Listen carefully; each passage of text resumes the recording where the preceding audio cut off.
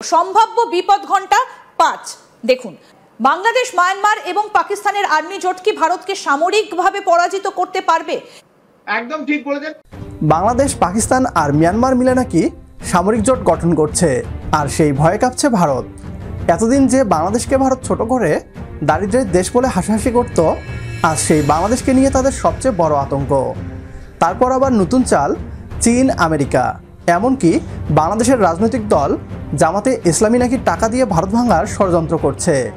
মানে দোষ সবসময় বাংলাদেশি আর মুসলিমদের উপর চাপিয়ে দিয়ে নিজেদের ব্যর্থতা ঢাকার চেষ্টা।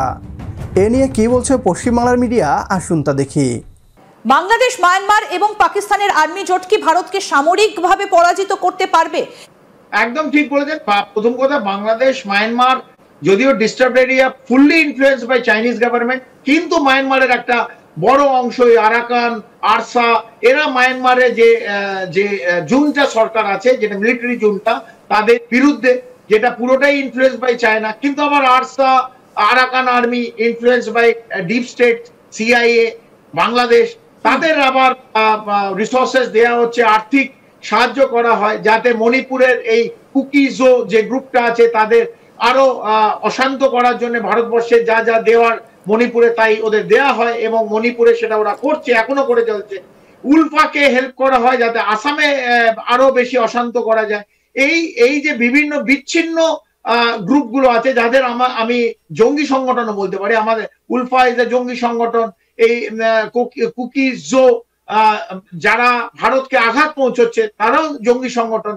যারাই আঘাত পৌঁছে তারাই জঙ্গি সংগঠন, এবং তাদের হাতে অস্ত্র এবং আর্থিক সাহায্য তুলে দিচ্ছে ডিপ স্টেট, তাদের হাতে অস্ত্র এবং আর্থিক সাহায্য তুলে দিচ্ছে সিআইএ, অথবা অন্য কোনো বাংলাদেশের মতন রাষ্ট্রের জামাতরা কিছু টাকা দিয়ে ভারতকে অশান্ত ভাঙার চেষ্টা করছে।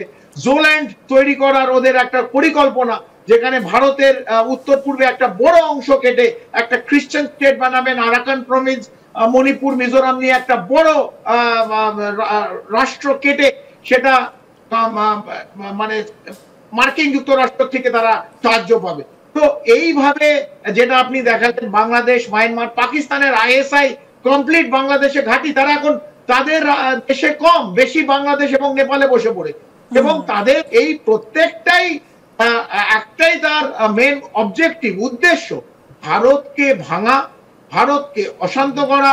ভারতের মধ্যেও এই যদি গণ অভ্যুত্থান বলে কিছু করতে পারে, যদি করতে পারে, তাহলে সেটার চেষ্টা মানে দিন রাত ২৪ ঘন্টা এই কমপ্লিট অর্গানাইজেশন গুলো চালিয়ে যায়। বাংলাদেশ এখন আর আগের বাংলাদেশ নেই। আজ আমাদের পোশাক রপ্তানি, ফার্মাসিউটিক্যালস, জাহাজ শিল্প, এমনকি আইটি খাত, সব জায়গাতেই আমরা ভারতের বাজার দখল করছি। ভারত এখন বাংলাদেশের উত্থানে অস্থির।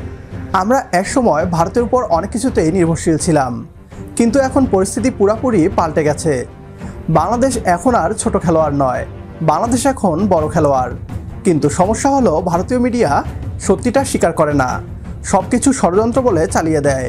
আজকে বাংলাদেশ একটু এগোলো মানেই চীন টাকা দিয়েছে, কাল পাকিস্তানের সাথে ভালো সম্পর্ক মানেই বাংলাদেশ পাকিস্তানের এজেন্ট, আর মিয়ানমারের প্রসঙ্গ এলেই সামরিক জোট। তাদের মিডিয়া যতই চিৎকার করুক, সত্যিটা হলো বাংলাদেশ নিজের শক্তিতেই আজ দক্ষিণ এশিয়ার পাওয়ার হাউসে পরিণত হয়েছে। একমত হলে কমেন্ট বক্সে ইয়েস লিখে জানিয়ে দিন আমাদের, সেই সাথে ভিডিও শেয়ার করে দেখার সুযোগ করে দিন আপনার বন্ধুদের। পরবর্তী ভিডিও দেখার আমন্ত্রণ জানিয়ে বিদায় নিচ্ছি আজ। আল্লাহ হাফেজ।